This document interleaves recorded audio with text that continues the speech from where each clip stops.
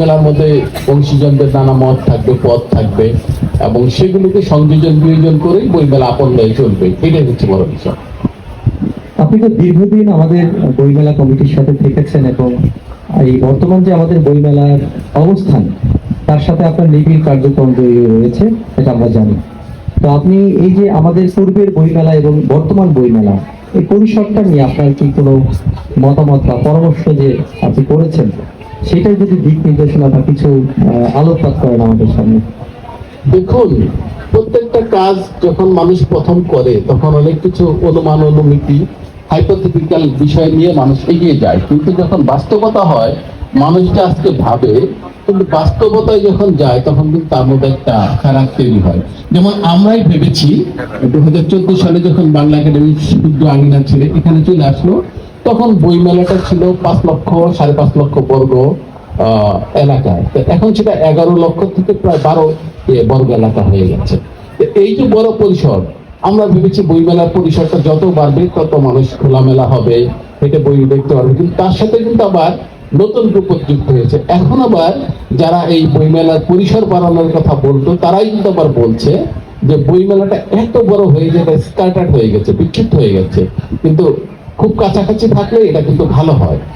এই যে কোনটা আসলে ভালো হয়, সত্য যেমন স্থির নয় সেরকম এই বিষয়টা স্থির নয়। যেমন আমি আপনাকে বলি যে একসময় বইমেলা ছিল যে স্টল বিন্যাস, সেটা ছিল সরল রৈখিক, তারপর এক সময় আসলো ক্লাস্টার পদ্ধতি, আমরা বললাম গুচ্ছ হলেই ভালো হয়, কিন্তু আবার কিন্তু সেই ট্রেডিশনাল ফরম্যাট চলে এসছে যে রো ভিত্তিক করা হবে। এই যে আসলে বইমেলার পরীক্ষা নিরীক্ষার ছুরি কাছে চালানো, এর মধ্যে আগে, তবে আমি মনে করি যে আমার ব্যক্তিগত অপিনিয়ন যে এখন যেটা আমি ভাবি যে বইমেলার পরিসর যে জায়গাগুলিতে 921 ইউনিট বরাদ্দ করা হয়েছে, আমি ব্যক্তিগতভাবে মনে করি যে এটা বাংলা দর্শক শ্রোতা, আমরা শুরুতেই শ্রদ্ধাভাবে স্মরণ করছি আমাদের বাংলা ভাষা আন্দোলন, মহান মুক্তিযুদ্ধ এবং জুলাই গণঅভ্যুত্থানের সকল শহীদদেরকে। আপনারা নিশ্চয়ই জানেন আমরা আমাদের প্রথম পর্বের পরে দ্বিতীয় পর্ব শুরু করতে যাচ্ছি। আমাদের সাথে আছেন এ সময়কার অত্যন্ত জনপ্রিয় কবি, সাংবাদিক এবং লেখক আবিদ আজম। আবিদ আজম ভাই, আপনি শত ব্যস্ততার মাঝে আমাদের এখানে সময় দিয়েছেন, আপনাকে অসংখ্য ধন্যবাদ। আপনি কেমন আছেন? জি আলহামদুলিল্লাহ। আসলে ভালো থাকাটা তো আসলে একটু চ্যালেঞ্জ, যে একটা বর্তমান সময় আমরা পার করছি, তো তারপরেও বলতে হয় যে ভালো আছি, ভালো থাকার চেষ্টা করছি। এখন আপনাদের যে মেলায়, এবারের মেলাটা এবং বিগত আমাদের যে মেলা, এর মধ্যে আপনি কোনো কিছু কি ভালো কিছু লক্ষ্য করছেন? আপনার মতামত কি? জুলাই বিপ্লবের সমস্ত শহীদ ও ছাত্র জনতার উদ্দেশ্যে, আসলে আমার জন্ম 1972 সালে, এই জন্য দেখা গেছে মুক্তিযুদ্ধ, ভাষা আন্দোলন এগুলো আমাদের কাছে একটা রূপকথার মতো আমরা দেখিনি। তো এবার যে বিপ্লবটা হলো, এটা আসলে কি কারণের জন্য ঘুরে মুসড়ে দিয়ে গেল সবাইকে। এবং আমি এই বিপ্লবে আপনাকে সত্য কথা বলতে কি, সরকারি চাকরি করি আমি। আসলে আবু সাইদের মৃত্যুর পর আমরা আর সহ্য করতে পারিনি যে কি হচ্ছে এগুলো, এবং আমি সম্পাদককে বললাম যে দ্রোহের কবিতা সংখ্যা করে, এবং আমি কবিতাও এবং এরকম বুক পেতে দেওয়া মানে এটা অসাধারণ। মানে তখন সে বাংলা ভাষা আন্দোলনের সময় যেরকম বুক পেতে দিয়েছিল, আমি বললাম যে একটা সম্ভব। এবং 26শে জুলাই কিন্তু বিশেষ সঙ্গে মহাদিগন্ত করলো আমার বন্ধুকে জাতিলা বিজাতি।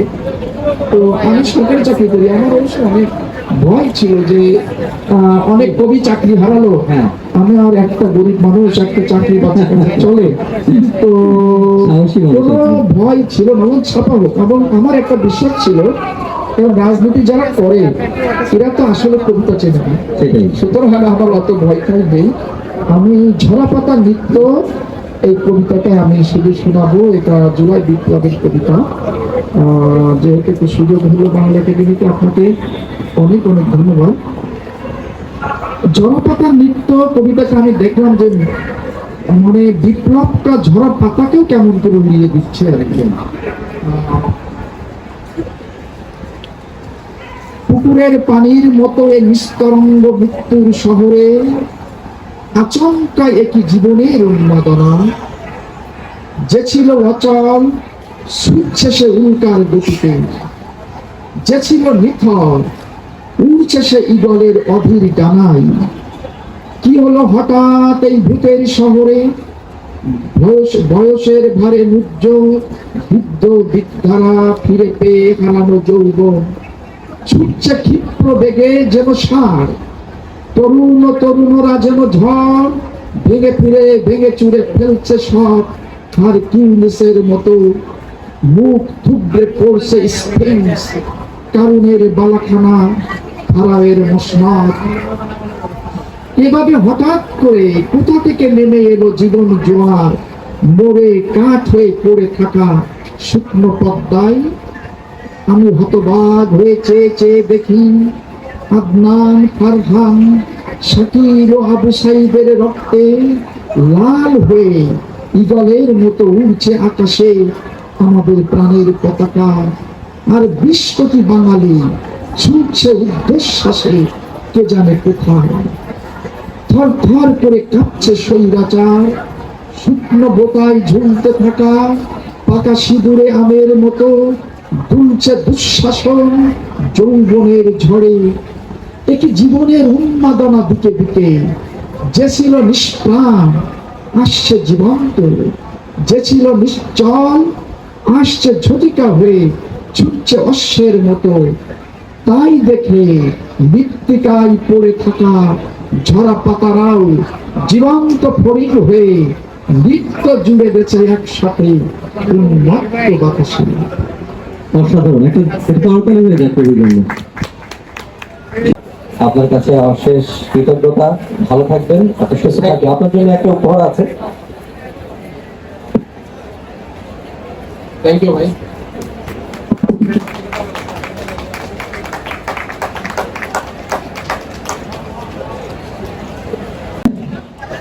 বিশিষ্ট ছড়াকার, শিশু সাহিত্যিক, সম্পাদক এবং গীতিকবি, গীতিকার মামুন সারোয়ার।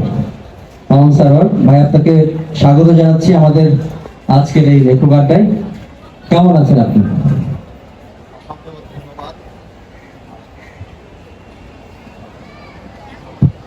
আপনাকেও ধন্যবাদ, আর যারা শুনছেন তাদেরকেও ধন্যবাদ।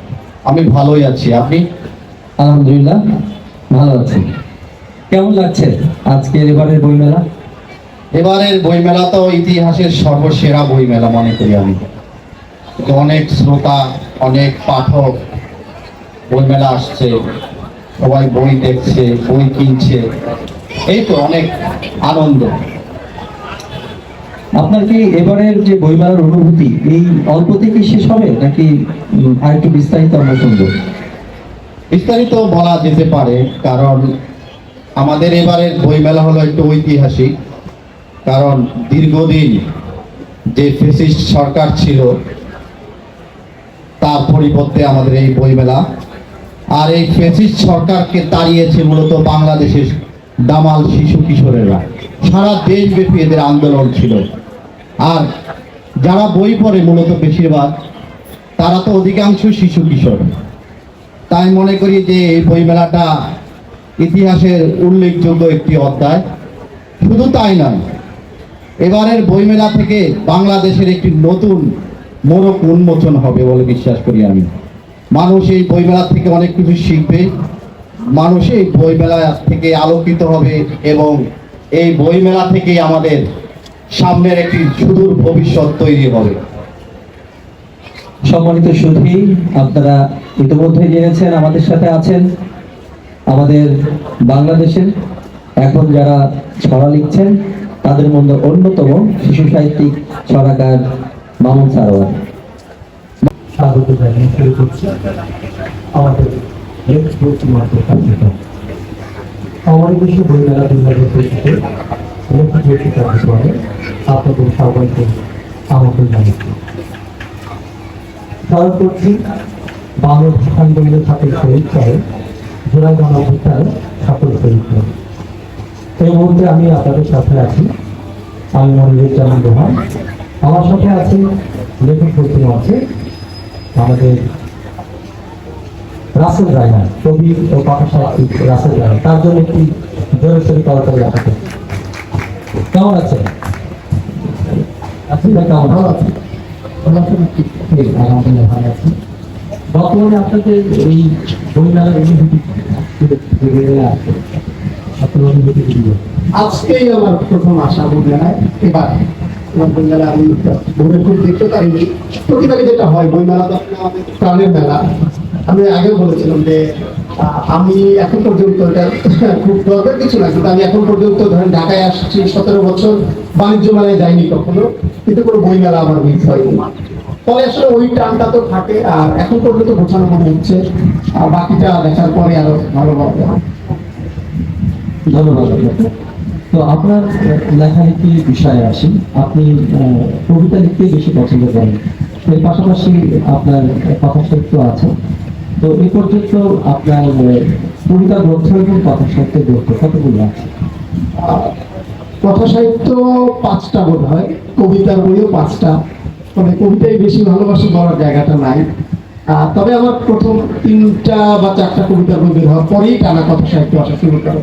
আমার শুরু হয়েছিল হলো গিয়ে আমাদের ছোট কাজী আনোয়ার হোসেনের হাত হয়ে। তখন তো আমরা এলাকায় থাকি বাগেরহাটে, এত সহজ ব্যবস্থা ছিল না, আমরা ডাকে লেখা পাঠাতাম।